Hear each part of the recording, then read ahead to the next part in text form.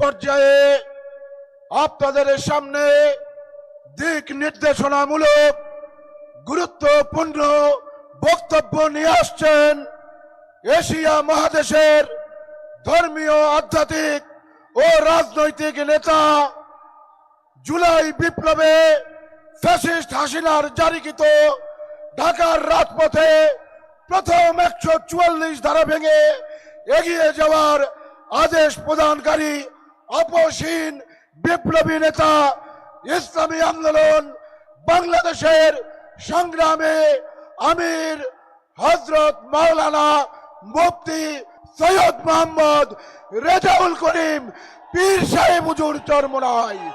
হযরত মাওলানা মুফতি রেজাউল করিম পীর সাহেব হুজুর চরমোনাই।